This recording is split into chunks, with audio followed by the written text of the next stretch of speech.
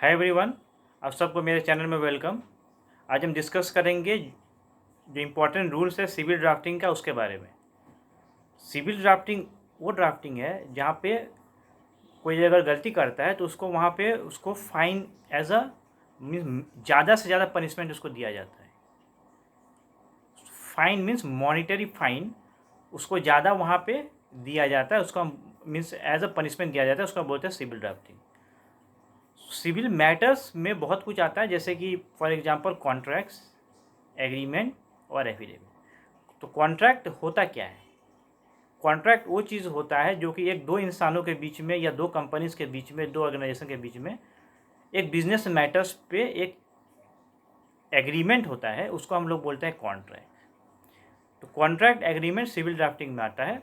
तो ड्राफ्टिंग जब हम करेंगे, ड्राफ्टिंग का मीनिंग क्या है? जो हम इंपॉर्टेंट पॉइंट्स खोजेंगे, खोज के अपने हिसाब से उसको स्टोरी प्लांट करेंगे, उसको लिखेंगे और फुट नोटिंग देंगे। जैसे कि हमारे यहाँ पे 21 ब्लू बुक एडिशन हम फॉलो करते हैं। मीन्स आप जहाँ से रेफरेंस ले रहे हैं तो उसको आपको देना पड़ेगा, तभी हमको पता चलेगा आप कहाँ से वो चीज़ लिए हो। तो सिविल ड्राफ्टिंग में या क्रिमिनल ड्राफ्टिंग हो या IPR हो, फुट नोटिंग इंपॉर्टेंट है ताकि हमको रेफरेंस पता चल सके। तो कॉन्ट्रैक्ट जो हम बातें कर रहे हैं उसको हम लिख के साइन कर रहे हैं, उसको हम बोलते हैं contract in a you can say, जिसको हम बोलते हैं एग्रीमेंट और अ कॉन्ट्रैक्ट। एफिडेविट क्या होता है?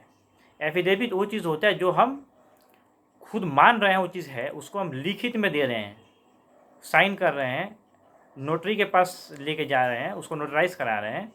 तो एफिडेविट मीन्स हम एक डिक्लेयर कर रहे हैं जो हाँ जो जो हमारे नॉलेज में है वो सब ट्रू है, ट्रू मीन्स सही है हमारे नॉलेज के हिसाब से, उसको हम लेके आएंगे, उसको बोलते हैं हम एफिडेविट।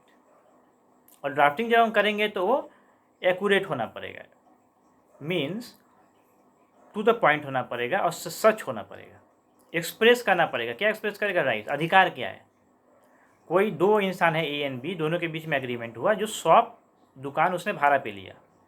6 महीने के बाद उसने बोला, 11 महीने का एग्रीमेंट था, 6 महीने के बाद उसने बोला कि हम उसमें दुकान नहीं चलाएंगे। तो कौन देगा जो रिमेनिंग कॉम्पेंसेशन है? तो वो उसका अधिकार है। या वो किसी और को दुकान फिर एक टेनेंट ने भाड़ा पे लिया, फिर दूसरे को दे दिया, तो सबलेंटिंग हो सकता है कि नहीं हो सकता? अधिकार क्या मिलेगा उसको? ड्यूटीज़ क्या होंगे उसके? ठीक है, तो ये सब चीज़ हमको सिविल ड्राफ्टिंग में कॉन्टेक्स्ट में लिखने पड़ेंगे ताकि हम क्लियर हो सके जो किसका ऊपर वो जाएगा, कौन उसको सही हिसाब से उसको इम्प्लीमेंट करा पाएगा, उस क्या क्या रूल्स है, क्या क्या रेगुलेशंस है, जिसको अगर कोई नहीं मानेगा तो हम एक्शन ले सकते हैं। तो ये सब चीज़ हम सिविल ड्राफ्टिंग में बोलेंगे। और इम्पॉर्टेंट एस्पेक्ट्स और भी है, जैसे कि क्लियर होना पड़ेगा, टू द पॉइंट होना पड़ेगा। मीन्स ज़्यादा लेंथी एग्रीमेंट कॉन्ट्रैक्ट नहीं बनता है, क्योंकि हमको स्पेसिफिक होना पड़ेगा ताकि हमको इमीडिएटली पता चल सके। और ज़्यादा लॉन्ग करने से जो वैसा ऐसा सिंपल लैंग्वेज यूज़ करना पड़ेगा ताकि कोई इंसान उसको गलत मीनिंग, गलत इन्फॉर्मेशन या गलत इंटरप्रिटेशन ना करके उसका गलत फ़ायदा उठा ले, ऐसा कुछ ना हो। इसी वजह से हमको उसको क्लियर होना पड़ेगा, इंपॉर्टेंट मीनिंग देना पड़ेगा, प्रिसाइज होना पड़ेगा। दूसरा पॉइंट है जो एक्यूरेट होना पड़ेगा। मीन्स जो प्रिंसिपल्स है, स्टैट्यूट्स है, केस लॉज है, वो हमारे हिसाब से हम इंसर्ट करेंगे जो कि हमें सूट करता है। कुछ भी उठा के हम नहीं डाल देंगे। हमारे पॉइंट पे हमारे कंडीशंस जो हम एंटर किए हैं terms and condition agreement contract में, वो हिसाब से हम केस लॉज डालेंगे ताकि हमको एक कंप्लीट इन्फॉर्मेशन दे और एक्यूरेट दे। और एनफोर्सिबिलिटी मीन्स डॉक्यूमेंट्स जो हम ड्राफ्ट कर रहे हैं, अगर कोई गलती करता है कहाँ पे इन्फोर्स होगा? म्यूचुअली दोनों आदमी मिल के एग्री करेगा तो वहाँ पे सॉल्व हो जाएगा। अगर नहीं एग्री कर रहे हैं तो फिर कोर्ट में लेके लिटिगेशन में जाना पड़ेगा।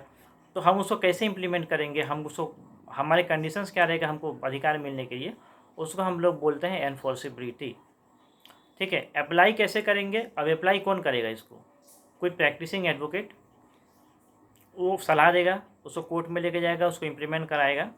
ठीक है, तो जो इंडिविजुअल्स होंगे, जो पर्टिकुलर पर्सन होंगे, वो सिविल मैटर्स में उसको एडवाइस करना, उसको गाइड करना, ठीक है, उसको प्रैक्टिसिंग नॉलेज के हिसाब से उसको अपने हिसाब से लागू कराना, ये सब एक प्रैक्टिकल एप्लीकेशन है। ये कॉमन पब्लिक से नहीं हो पाएगा ये सब चीज़। तो जो प्रैक्टिशनर है, जो प्रैक्टिस करते हैं कोर्ट में, तो उनका रिस्पॉन्सिबिलिटीज़ है ये कॉन्ट्रैक्ट एग्रीमेंट को ड्राफ्ट करना, क्लाइंट को समझाना, अगर नहीं हो रहा है तो उसको इन्फोर्स कराना, अधिकार दिलाना। तो ये सब चीज़ें हैं सिविल लिटिगेशन। और अगर कोई नहीं मानता है, मैक्सिमम चीज़ क्या होगा यहाँ पे? पनिशमेंट होगा, वो है मॉनिटरी कंपनसेशन। मीन्स पैसे देने पड़ेंगे फाइन के हिसाब से उसको, जिसको हर्ट हुआ है। इसी वजह से उसको हम लोग बोलते हैं सिविल ड्राफ्टिंग। ठीक है, तो आप सबको बहुत शुक्रिया। आपका लाइक, आपका सपोर्ट, आपका सब्सक्राइब, आपका शेयर हमारे लिए हेल्पफुल होगा, तो प्लीज़ आप कीजिए। और हमारे डिस्क्रिप्शन बॉक्स में लिंक है, वो ज्वाइन कर सकते हैं डिफरेंट ग्रुप्स में, ताकि आपको और भी बेनिफिट्स हो। हमारे और भी कोर्सेज आते हैं। Thank you for listening and watching. Take care, bye bye.